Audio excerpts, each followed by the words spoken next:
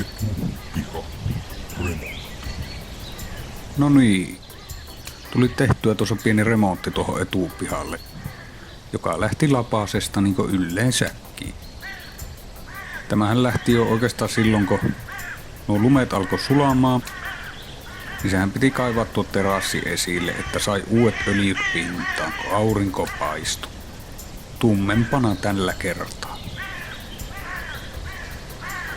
Tuosta kävelyuralta löytyikin sitten vähän korjattavaa. Pari lautaa oli melko lahoja. Ajattelin vaan tehdä pikakorjauksia ja katsella ensi vuonna uudelle. Eihän se ihan niin mennytkään.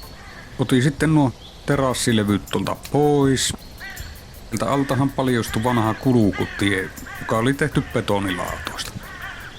Ajattelin, että tehdäänpä äkkiä tuo etupiha uusiksi näillä. Ei muuta kuin laatat pois terassi alta. Ja kun ne ei riittänyt ensimmäisenä, niin revi sitten tuo toisenkin terassi irti.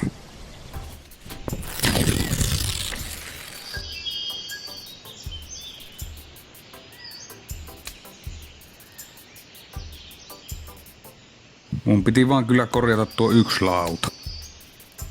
Siirsin tuon reunalauan lopulta resun tilalle ja kavensin sitä kulkuväylää yhdellä lauvalla.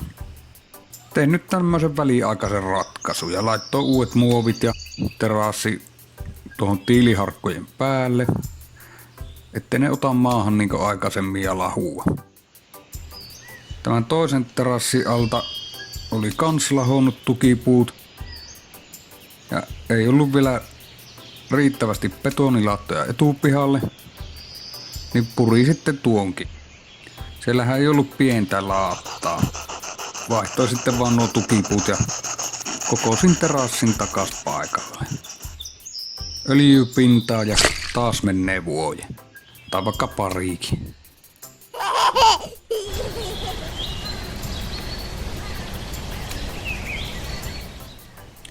Joo, etupihalla on tämmönen kuusi. Tästähän piti päästä eroon. Se on nyt 3 kertaa leikattu. Ihan vaan ettei se kasva tuosta katon reunasta läpi. Eikä se kovin kauniskaan enää ole. Tämä toinenkin nurkka meillä kaipasi piristystä, eli sekin meni uusiksi. Kaupasta sitten multaa ja ynnä muita tarvittavia tavaroita. Ja kukat tietenkin. Sitten repimään vanhat pois tuosta. Tässä vaiheessa jo ajattelin, että mitähän mä ajattelin. Sain tästä kuusesta pari polttopuutakin ja vielä omalta pihalta. Uudet mullat sitten vaan tuohon puhistetuun hiekkamaan sekkaan. Tuossa vanhassa penkissä oli paljon näitä valkoisia koristekiviä. Ei kyllä tässä kuvassa näy. Tuossa mietin, että mitenhän se saisi parhaiten puhistettua nämä kivet, mutta sittenhän sitä ajattelin, että vesi erottaa nuo roskat niistä ja samalla saa virutettua puhtaaksi nuo kivetkin.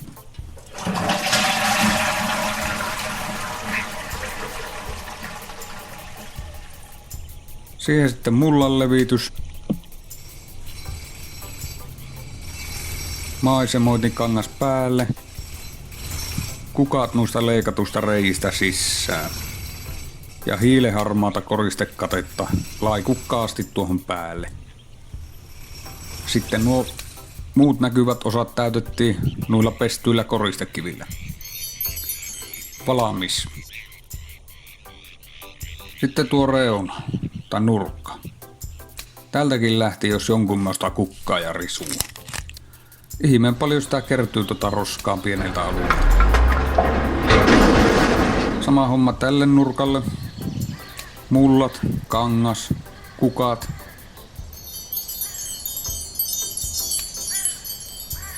Ja sitten vielä tuo reunakivetys meni uusiksi. Nyt nämä oli valmiita. Mutta nyt se pikakivetyksen teko. Tässähän ei oikein nurmi pysy, eli tämä jouti pois. Nämä ruohot kaivon takapihalle nurkka ja sieltä uutta hiekkaa tilalle. Onneksi on tuolla takapihalla hiekkamaa, niin pääsi halavemmalla. Työkaluthan tässä hommassa oli samat kuin tuolla takapihan muutoksessa on. En hommannut vieläkään kottikärryjä, kun mulla oli tämä lumikola. Maan tassaus. Muovi alle. Ja sitten laatat päälle. Katso vaan, että kaato on pois talosta päin. Tämä olikin melko sopiva näille laatoille. Hiekalla sitten nuo raot täyteen ja veen kanssa harjas sinne kunnolla ne. Pari päivää tässä meni, mutta tulipahan tehty. Nyt on nuo kukatkin vähän kasvanut ja alkanut vihertää, niin tässäpä nämä on.